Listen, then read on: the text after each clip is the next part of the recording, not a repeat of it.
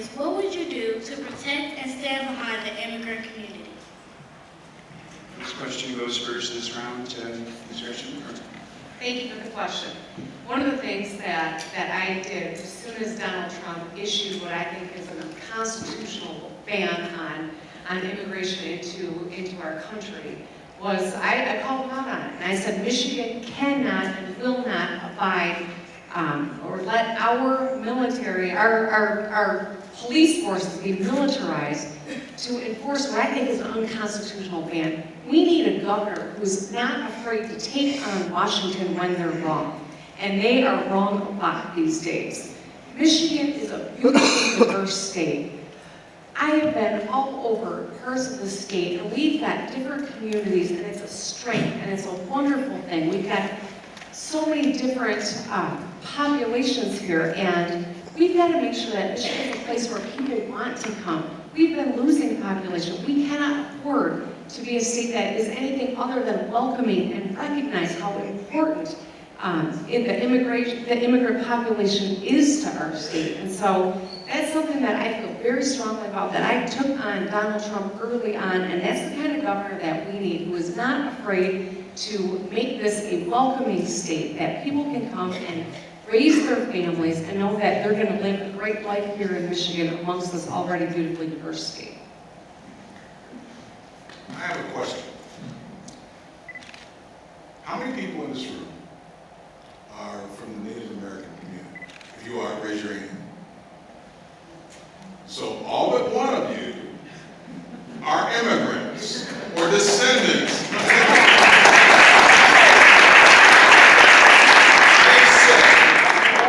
And I've gone on record that as the next governor of this state, I will not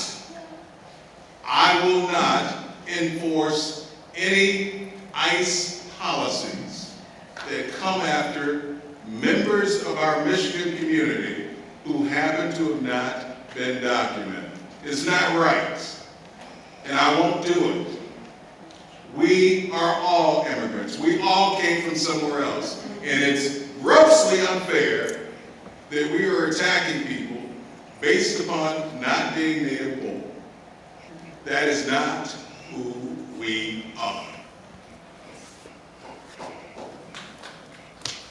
So I just want to tell you, my dad came here in 1970. When he came here, he believed in an America that was big enough for a Muslim guy named Muhammad, who didn't speak all that great of English, but had a dream about the kind of life he could build for himself and his kids. And I was just talking to my dad about a week ago, and we were talking about this moment where it seems like people like him, and by extension people like me, that we're under attack these days. And I asked him, do you still believe in that America that is big enough for you? He said, I absolutely believe in an America that's big enough for you.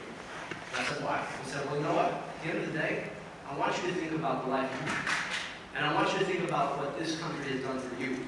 And I'm also thankful that you want to do something for this country. And I think about his story. And then I think about all of the immigrants I've ever met. And his story is their story, it's our story. This is our America. It is, I look out across and see all of you, the diverse colors and sure creeds and perspectives and places that you live. This is our country, this is our America. So we have talked about what it means to go beyond the idea of a sanctuary city, to make Michigan a sanctuary state, where we are not going to give up our resources to enforce a set of policies that are at best misfounded, at worst heartless, breaking apart our families, breaking apart our economy, to carry out what is ultimately bigoted policy on behalf of a man who's really pushed white supremacy. All you have to do is look at Charlottesville to see it. That's the work we have to do together, and we can if we're willing to come together around the state we want this to be. Well, as you know, I came to this country in 1979, a year after Abdul's dad came to U.S. He reminds me a lot about my son, because my son is just like him, very articulate. I raised him very independent, and he is, both of my sons graduated from University of Michigan Ross Business School, and they both are entrepreneurs. They're doing really very well. And I feel that I came to this country, I created I had my American dreamed of in Michigan when I first got my first job at the University of Michigan. And then I continued to own businesses, creating jobs. And when I lost it all in the recession, my wife Shashi, who's sitting here, and I put all of our assets the day before our home was to be foreclosed into a budget rental truck. And all night we drove to Ann Arbor, Michigan, and restarted our business. And last year, when I won the Entrepreneur of the Year award from Ernst & Young, Shashi and I sat and looked at each other and said, we've done enough for our family. We now need to go and help others achieve their American dream. And we sold our business, gave $1.5 million as a holiday bonus to all of my 50 employees. And we are in here full time. She and I travel all over Michigan. Sometimes she drives, sometimes I drive, but we got all over talking to people, creating a dialogue, talk about issues.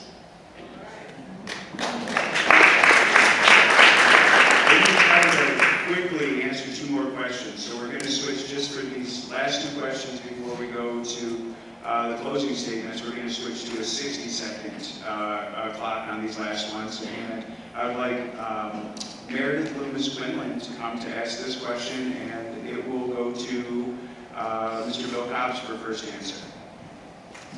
Good evening. All families want to provide quality care for their loved ones.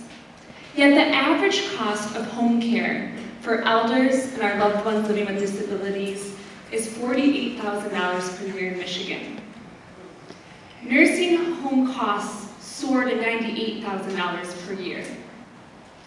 Contrary to popular belief, Medicare does not cover most long-term care services, and so many family members have to step in to provide care. Michiganders are usually living in the sandwich generation of caring for aging parents and young children, and child care in Michigan costs on average $10,000 per year. A universal family care program would provide the support Michigan families need by guaranteeing child care, paid family leave, and the creation of a universal long-term care program. If elected, would you support a universal family care program?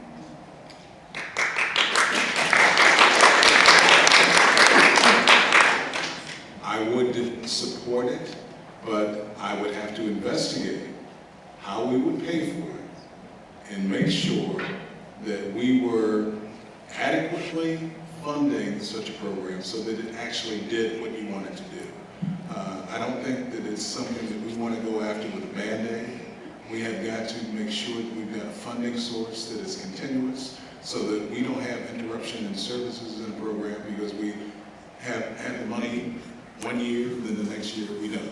So I support the concept, but I need to make sure that I've got the ability to provide the kind of continuous funding that needs to support that kind of funding. So I just want to ask folks a question. How many of you have ever been in the circumstance of having to figure out how you're going to provide your child care? And then if you raise your hands also, if you're in a circumstance where you have to provide an elderly family member care. Oftentimes, we don't realize that that circumstance is not something that we suffer alone. We're in this position where we say, how can I do all of this? How can I give my parents what they gave me? And how can I make sure my kid has access to the things that they need to be able to grow their brain and be a healthy part of our society? This is something we can solve together if we're willing to invest in something like universal family care. Because here's the thing. For every investment that we make, those are jobs. Those are jobs that are not going to be offshore. Those are jobs that are not going to be automated. Those are the kinds of jobs that are here to stay. Doing the kind of work to invest in our families and in people that I think ultimately makes this place the kind of place that any business would want to move. So we have to look at the costs. We have to get it right. But this is an investment that is worth making because it's an investment in Michigan's people. As we saw in the 2016 election, the working Americans, working class, has moved away from the Democratic Party. And they have gotten forgotten, and we as a party have forgotten the working class.